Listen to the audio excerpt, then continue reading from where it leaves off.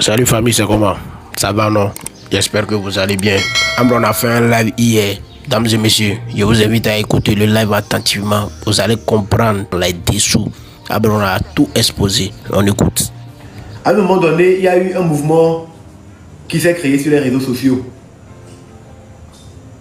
qui commençait à mobiliser les gens, qui commençait à faire un travail d'éveil de conscience. Le mouvement s'appelait le train de la liberté.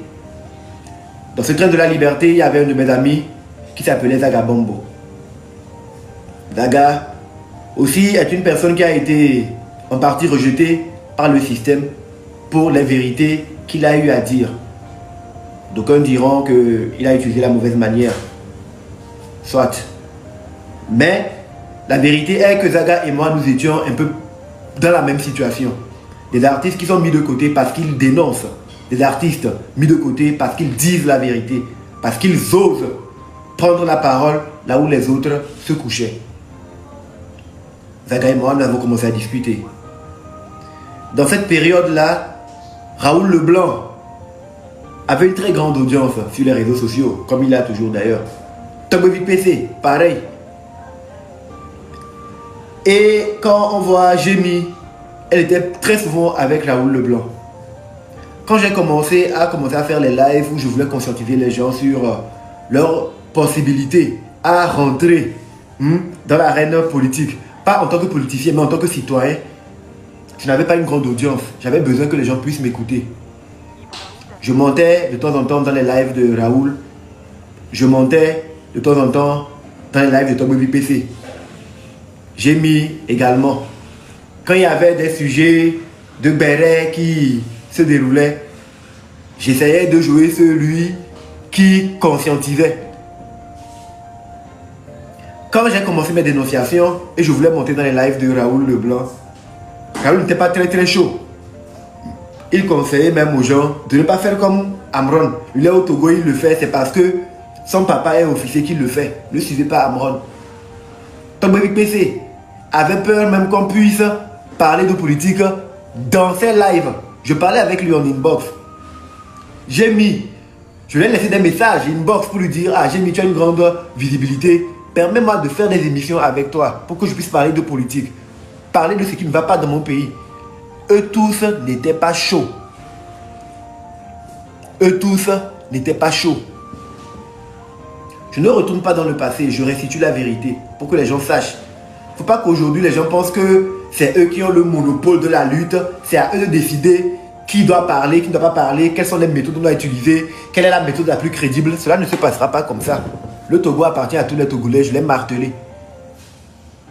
Et si j'ai fait front à des personnes que j'estimais brimer les droits des Togolais, ce n'est pas à des personnes qui sont outre-mer, qui veulent me faire passer pour ce que je ne suis pas. Ce n'est pas face à ces personnes-là que je vais me taire. Non. Non. Donc, j'allais dans les inbox, je demandais aux gens: venez pour qu'on puisse, vous avez l'audience, permettez-moi de monter dans vos lives. Non, Amron, toi tu veux piéger les Togolais. Raoul disait aux jeunes de ne pas faire comme Amron. Amron, c'est parce que son papa est colonel qu'on ne l'arrête pas. Jémi disait pareil. Tobovi PC, pareil. Ils ont fait cela. Je ne pouvais pas monter dans le live du train de la liberté.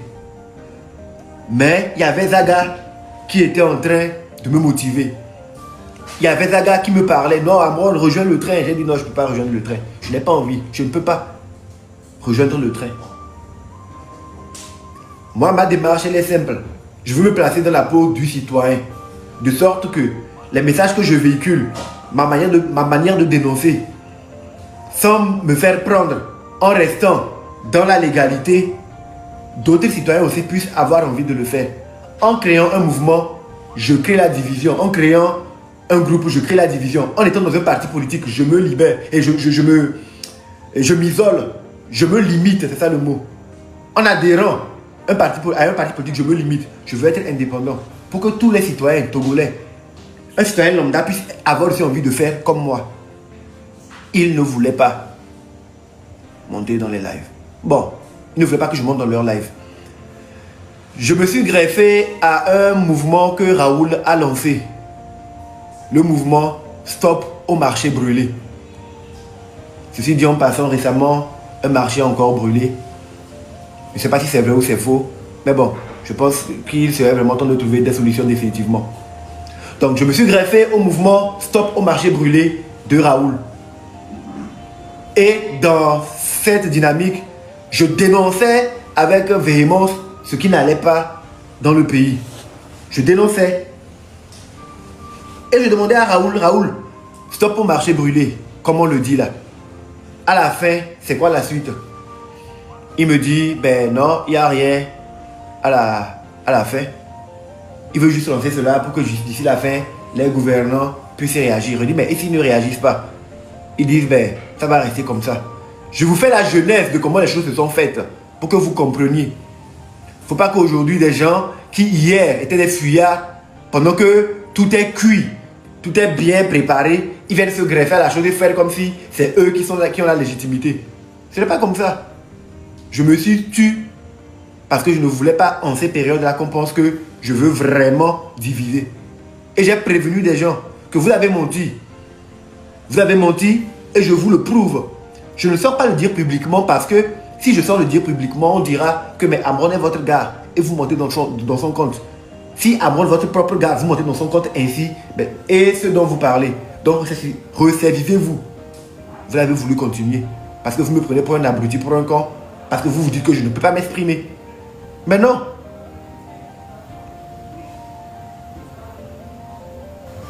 Et Raoul dit non, il ne va pas s'arrêter. C'est-à-dire, quand le mouvement va finir, ça s'arrête là. Je dis, ben non, moi je ne peux pas continuer comme ça. Il faut que ça soit cohérent. On doit avoir des deadlines. Si telle période approche, rien n'est fait, il faut qu'on puisse mobiliser les gens. Raoul dit, oh non, voilà. Moi, c'est parce que ici, sur le territoire, mon papa est colonel, que je me permets de parler comme ça. Et dans mes lives, j'intervenais. Il y avait des panels qui se déroulaient les samedis avec Djitri et Milaway qui exposaient les rapports de l'ITE, de l'IGE. On sensibilisait. J'intervenais.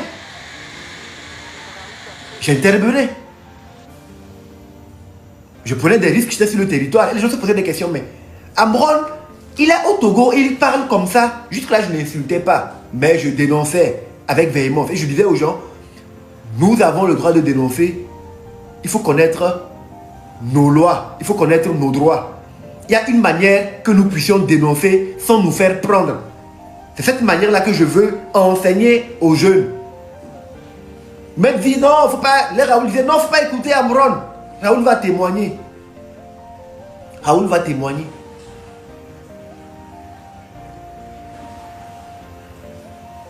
Je décide alors de rentrer en contact avec Zaga.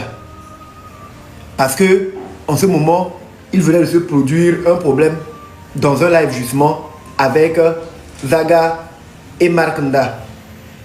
Les gens commençaient à traiter Zaga de traître, de vendu, d'être un allié du système qui a infiltré le train pour détruire le train. Je me souviens encore comme si c'était hier. Zaga était découragé. Et ça, Zaga va témoigner. Zaga peut témoigner. Zaga a dit à Amron, lui ne va plus jamais mettre sa bouche dans les histoires des Togolais. Parce que les Togolais sont des ingrats. Que le peuple pour lequel lui s'est investi et tout, aujourd'hui, les gens du train l'attaquent et les gens viennent encore se moquer de lui. Zaga voulait quitter la lutte. J'ai dit à Zaga, mon frère, non, il ne faut pas quitter la lutte. C'est moi j'ai motivé Zaga à revenir dans la lutte. Zaga peut vous le dire. C'est moi, j'ai dit à Zaga, Zaga, on va jouer notre partition. Voici comment les choses vont se faire. Moi, je suis sur le terrain. On va faire la politique du bon flic, mauvais flic. Je serai là. Quand j'allumerai mes lives, je serai en train de parler. Je vais parler posément. Je vais parler de choses qui ne vont pas. Mais moi, je ne peux pas indexer certaines personnes directement parce que cela me mettrait en danger, m'exposerait. Donc toi, quand tu vas monter dans mon live, tu es autorisé à les allumer comme cela se doit. Zaga a accepté. Et c'est comme ça que nous avons commencé à travailler ensemble. Je commence les lives, je parle de la minorité pieuse, crapuleuse, démoniaco-satanique. Après, Zaga monte dans le live. Amron, non, ce que tu dis, ce n'est pas ça. Tu sais, il allumait les gens. Je dis, non, Zaga, tu es sûr? Non, moi, je ne suis pas sûr. Et on jouait le jeu.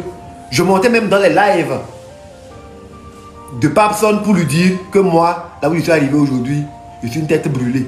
Quand les choses ont commencé à monter en température. Chef canton de Pinvinde, chef canton de Pinvinde, qui aujourd'hui raconte que c'est lui qui a créé Amron. Chef canton de Pinvinde, lui-même, pour qu'il puisse monter dans les lives de Zaga et tout, Zaga va le dire, c'est moi j'ai dit à Zaga, chef canton c'est mon élément. Fais-le monter. Je parlais avec chef canton avant de commencer mes lives. Il était au Ghana, on parlait. Chef, je vais commencer le live et tout. Viens monter. Insulte-les proprement. Moi, je vais faire... C'est dommage qu'aujourd'hui, il soit devenu un peu monteur. Mais si il a encore un peu d'honnêteté, il va vous le dire. C'est moi. Je lui disais de monter. Et les choses allaient comme ça. Mon lien avec TokBVPC s'est renforcé. Pourquoi? Parce que quand je faisais les lives, les gains des lives, c'est sur son PayPal qu'on faisait les transferts et après il me transfère les fonds au Togo. Et c'est comme ça que nous étions. On faisait bien notre technique. J'ai bien dit, on ne va être dans aucun mouvement, on ne va être dans aucun parti politique, mais on va travailler en tant que les citoyens parce que c'est le seul moyen de toucher le cœur du peuple. Ne venez avec aucun manteau politique, aucune religion, aucun couvent. Comme cela, les gens du parti au pouvoir, les gens de l'opposition, les musulmans, les chrétiens, les vaudous, toutes les personnes qui se sentent togolaises et qui savent que le pays a un problème vont se retrouver dans ce que nous étions en train de faire. Ces énergies, on les a élevées ainsi. On a fait ce travail-là. On a fait ce travail-là. Et, à un moment donné, la tribune de Madame Yakadé est venue et j'ai pris sur moi en ce temps de changer de politique. Parce que quand j'ai commencé à décortiquer, j'ai commencé à avoir des appels de personnes qui me menaçaient. En ce moment, j'ai dit à Zaga, là où nous sommes arrivés, il n'y a pas de demi-faute. Si je suis ciblé, c'est que je serai arrêté.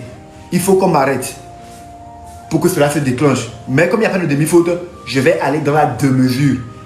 C'est en ce moment que j'ai quitté la minorité simplement. Et les gens qui ont la mémoire vont savoir. Au départ, je n'ai jamais fait de fixation sur le président de la République. Je parlais de la minorité. Je disais qu'il n'était pas au courant. C'est après la tribune que j'ai changé ma communication. Et ça, c'est juste le courant de mai, ça. Mais on a travaillé, Zaga et moi, de janvier à mai. J'ai eu à faire des lives de 11 heures de temps, 9 heures de temps, 8 heures de temps, 4 heures de temps. Des lives enchaînés. Les gens qui aujourd'hui veulent dire que non, et ils n'ont pas confiance en moi. Ils étaient où? Ils étaient où? Ils étaient où quand ce travail se faisait? Les gens ne se sont pas levés pour crier libérer Amron parce que c'est tombé du ciel. Il y a eu du travail qui a été fait. J'ai initié le 6 août. C'est moi, j'ai initié le 6 août. Personne d'autre.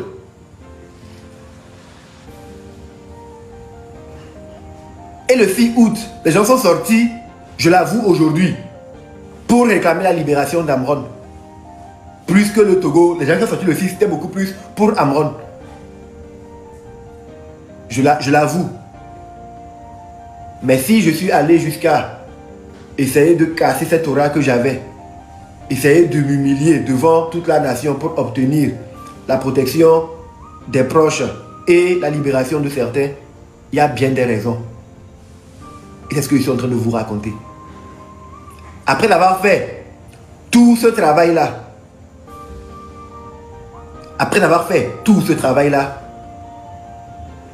j'ai été pris. Zaga avait dit, Amron, quand on va te prendre, moi je vais assurer l'arrière. Je connais pas mal d'influenceurs, pas mal de blogueurs, pas mal de créateurs de contenu, au-delà même de nos frontières. Je vais les alerter. Je vais les alerter. Et tu vas voir que cette affaire-là va devenir internationale. Ma maman venait me prévenir. Ah, mon fils, on va te prendre. J'ai dit, maman, il faut qu'on me prenne. Mais vous savez, quand on me prendra, il faut appeler Zaga. C'est ça qui est la vérité. C'est ça qui est la vérité. Et moi, j'avais fait mes calculs. J'étais parti en kamikaze. Je m'étais dit, je n'ai que 2 choix. Soit on m'arrête, on m'envoie en prison. Je fais 3 mois. Je paye une caution de 500 000 francs pour l'outrage, c'est ça. Je fais 3 mois, je paye une caution de 500 000. Je sors après. Mais en ce temps, pour avoir fait ce que j'ai fait, j'aurais eu une certaine stature pour pouvoir commencer à parler, relancer ma carrière, faire mes activités. Comme ça se devait. Nulle part, je faisais ce que je faisais là pour devenir président ou quoi que ce soit. Je voulais qu'il y ait du changement. Et je l'ai toujours dit, je suis en train de me battre contre un système, pas un individu. Et cela n'a pas changé. Et cela n'a pas changé. Cela n'a pas changé. On vient m'arrêter. On m'envoie à Zébé. Et là, tout ce qui se passe, toute la mobilisation qu'il y a eu, tout ce qui est venu après, peut-être qu'un jour, si Zaga le veut, pour l'histoire, il pourra vous compter. Quand on m'a arrêté, quand il a abordé les gens pour leur dire « Ah, on a pris Amron, venez pour qu'on puisse nous mobiliser », les réponses qu'on a données à Zaga. Les gens ont dit qu'on m'avait bien prévenu. Les gens ont dit qu'on m'avait bien prévenu, j'ai refusé. Et que c'est la conséquence. Les gens ont allumé des lives pour se moquer même de moi. Les gens étaient sûrs que je ne sortirais plus jamais, que c'était fini pour moi. Quand je suis sorti de mon internement, je pouvais ne plus parler, ne plus mettre ma bouche dans la lutte. Personne n'allait rien me faire. Si aujourd'hui, je me décide, ce n'est pas le cas, et je le dis encore, je ne suis membre d'aucun parti politique, je ne suis membre d'aucune religion, je ne suis membre d'aucun couvent. Je m'appartiens à moi-même. Je me considère comme un humain, un citoyen togolais. J'appartiens à la communauté humaine. Et tous les Togolais, du nord au sud, de toutes les familles, de toutes les ethnies, sont les miens, sont de ma famille. C'est dans la posture là que je suis. C'est dans la posture là que je suis. Donc même si aujourd'hui, je me décide de dire que oui, je suis membre du NIR, vous ne pouvez rien me faire. Vous ne pouvez rien me faire. Si je dis aujourd'hui, je sors, que je défends ouvertement et je dis que oui, la personne en qui je crois, c'est M. Fort Nassimbe, vous ne pouvez rien me faire. La preuve, vous n'êtes pas en mesure de faire quoi que ce soit aux personnes qui le défendent à visage découvert, aux personnes qui sont membres du gouvernement. Vous n'êtes pas en mesure de faire quoi que ce soit. Vous n'êtes pas en mesure de faire quoi que ce soit aux personnes qu'on cite dans les rapports pour des malversations, des détournements. Les personnes responsables des vrais problèmes du Togo, vous n'êtes en mesure de rien faire. Donc vous ne pouvez rien me faire. Mais je suis resté égal à moi-même. Je ne comprends pas pourquoi. Je reste toujours dans ma posture d'être souverain, d'agir selon ma propre gouverne. Ça va déranger des gens au point où ils commencent à inventer les choses sur moi. Entre-temps, oui, ma communication s'est rompue avec le mouvement. C'est vrai. Après ma sortie, comme je vous le disais, je pouvais ne plus parler.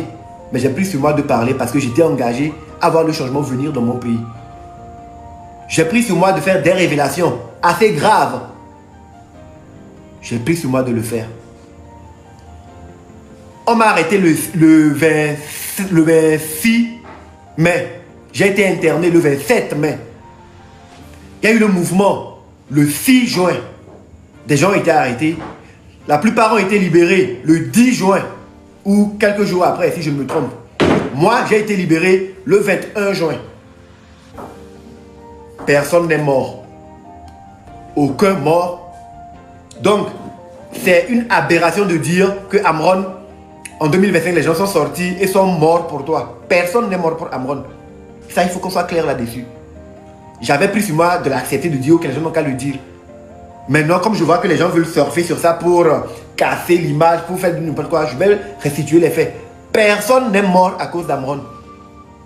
Les personnes qui ont été arrêtées pour Amron ont été libérées à 99%. Et au jour d'aujourd'hui, elles ont toutes été libérées. Amron est sorti le 21 juin. Avant le 21 juin, il n'y a pas eu de mort. Donc personne n'est mort pour Amron. On a estimé que la lagune c'était les 26, 27, 28. Amron était déjà sorti. Donc on ne peut pas dire que ceux qui sont sortis pour faire les marches du 26, 27, 28 sont sortis pour réclamer la libération d'Amron. Vous pouvez crier Niao, que Dieu te pardonne. Ma conscience est tranquille. Vous êtes des acolytes du diable. Et vous êtes vaincus. C'est ça qui est la vérité. Je suis sorti le 21. La lagune, c'est le 26, 27, 28. Comment des gens vont sortir le 26, 27, 28 pour réclamer la libération d'Amron qui est sorti le 21 juin? Vous êtes bêtes. Vous êtes des toqués. C'est ça qui est la vérité. Voilà. Vous êtes des toqués. C'est ça qui est la vérité. Facilement manipulable. Donc, personne n'est mort pour Amron. Est-ce que des gens ont été arrêtés pour Amron? Oui. Mais ils ont été libérés. C'est ça qui est la vérité. Mais on a estimé qu'avec ma libération le 21 et avec l'aura qu'il y avait, avec la mobilisation qu'il y avait, les gens qui sont mobilisés pour réclamer la sortie d'Amron, on s'est dit, laisser ces personnes-là rentrer chez elles serait du gâchis. Au-delà d'Amron, faisons en sorte que les gens puissent continuer à se battre pour la libération du Togo. C'est ça qui est la vérité. Et on m'a dit clairement, repose-toi mon frère, laisse-nous faire. Laisse-nous faire. Juin, je me suis reposé. Mais j'assume tout ce qui s'est passé en juin. J'assume tout ce qui s'est passé en juin. Tout ce qui s'est passé jusqu'en décembre. Je l'assume, je le prends sur moi. Et c'est l'une des raisons pour lesquelles je me suis mis à genoux. Pour endosser tout ça sur mes épaules.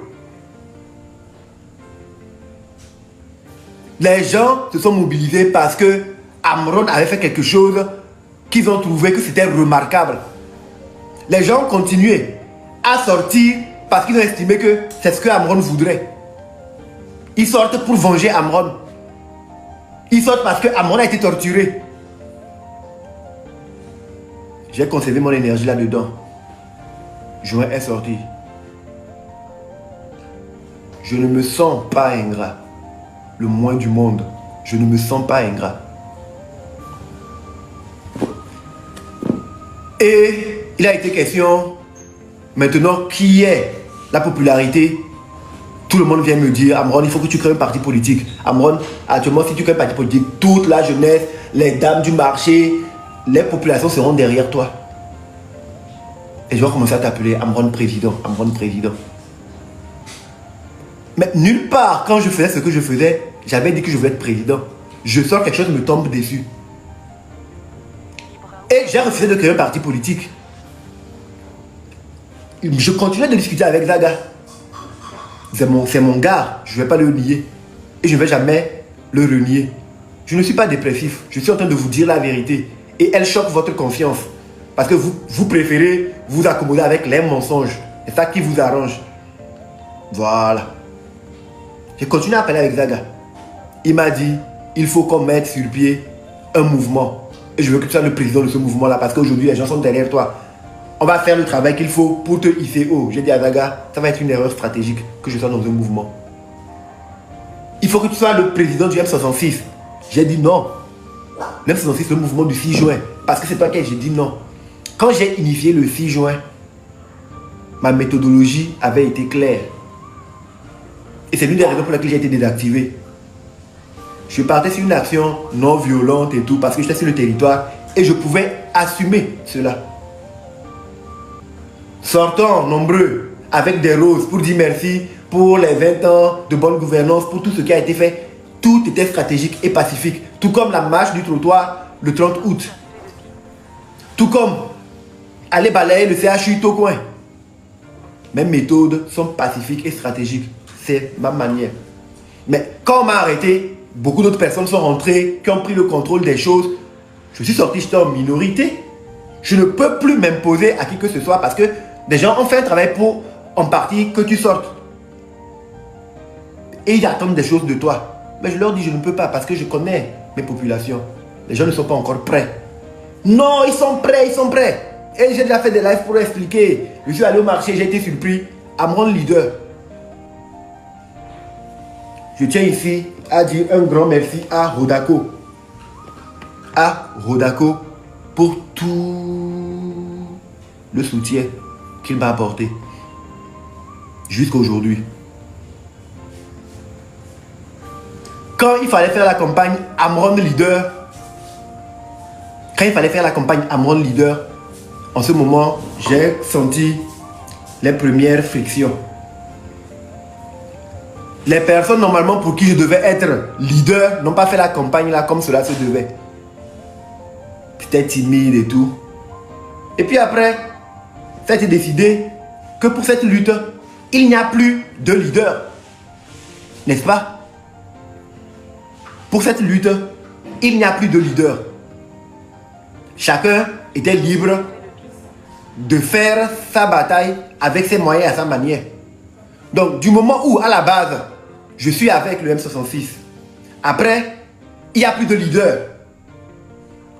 Après, on fait des discussions en privé. Je suis obligé de le dire aujourd'hui pour que les gens comprennent. Le pourquoi ils vont dire non, quand tu voulais faire ce que tu as fait, tu n'as pas parlé avec tes gars en interne. Quand nous avons commencé à faire les discussions, je sentais que j'étais en minorité. On me disait clairement que non, ce que je propose ne peut pas passer parce que aujourd'hui c'est le M66 qui coiffe les choses. Moi je vais proposer une méthode comme ça, mais ça ne peut pas marcher comme ça, c'est pas ce que le peuple attend. Voici comment les choses doivent se faire. Mais comment je vais continuer à être en adéquation avec des personnes qui ne pensent pas comme moi, alors que moi je suis sur le territoire et je prends des risques? Comment?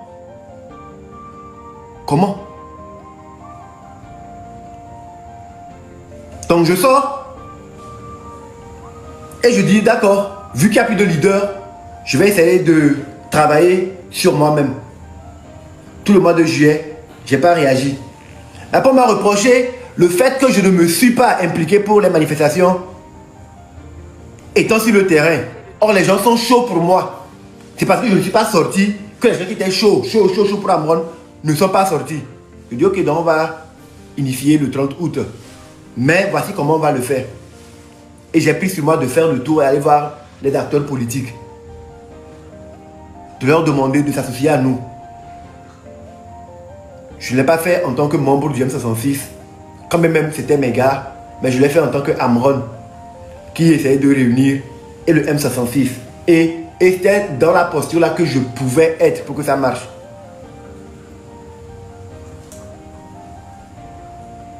C'est dans la posture là que je pouvais être pour que ça marche. On faisait des réunions avec M66, on décidait des dates, faisons comme ci, faisons comme ça et tout. Et quand nous sommes arrivés en août, pour le 30 août, j'ai dit, nous avons fait rentrer des acteurs politiques dans la bataille maintenant. Moi et d'autres personnes. Ce que nous avons commencé, ça nous expose dangereusement, nous qui sommes sur le territoire.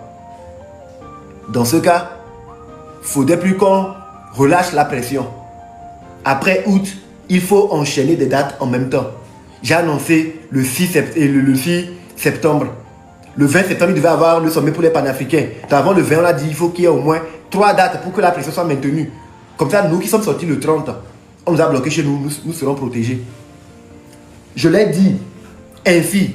Ferdinand Haïté, que je salue au passage, un grand journaliste d'investigation, une perle rare, un trésor, un joyau national, a abondé dans mon sens. Il a dit, ce qu'Amron dit, c'est vrai. Faites-le. Il faut maintenir les dates, plusieurs dates. Vous avez pris le 30 août, ils ont créé la journée nationale du sport. Vous devez maintenir les autres dates. C'est ce que j'ai fait parce que je savais qu'en ayant les dates et la pression, on ne pouvait pas être interpellé. Le but c'était de créer une tension permanente, une pression pour que le pouvoir en place soit obligé de dire qu'est-ce que vous voulez pour qu'on puisse l'obtenir. C'était ça ma méthode. Faire en sorte que le système soit en position de faiblesse. Je ne luttais pas contre les personnes, mais contre un système. Et j'ai expliqué que l'erreur qu'on commet à faire la fixation sur une personne, c'est que si tout à l'heure la personne saute, on peut mettre quelqu'un d'autre de pire. Le système va continuer. Mais nous devons faire en sorte que le peuple retrouve sa souveraineté. Que peu importe celui qui est dirigeant, il ne puisse pas faire sa volonté propre. Que le peuple puisse être toujours debout. Raison pour laquelle je n'ai pas de mouvement, pas de parti politique, pas de religion. Je me considère comme un citoyen. De sorte que tout le monde de Lomé à 5AC puisse avoir envie de dire « Je suis Amron ». Amron, c'est qui? C'est un citoyen comme moi. Quelqu'un, il n'appartient à aucun parti politique. Il n'est pas influencé par un parti politique. Il n'est pas influencé par une religion. Il est togolais, il aime tous les Togolais de Lomé à 5AC. Au-delà du Togo, il aime les humains. Quand il voit le mensonge, il combat le mensonge. Quand il voit la vérité, il défend la vérité. C'est la posture dans laquelle j'étais. Et c'est la posture dans laquelle je veux continuer par être. Maintenant, vous me dites, vous, qu'aujourd'hui, c'est le M66 qui a le contrôle sur tout.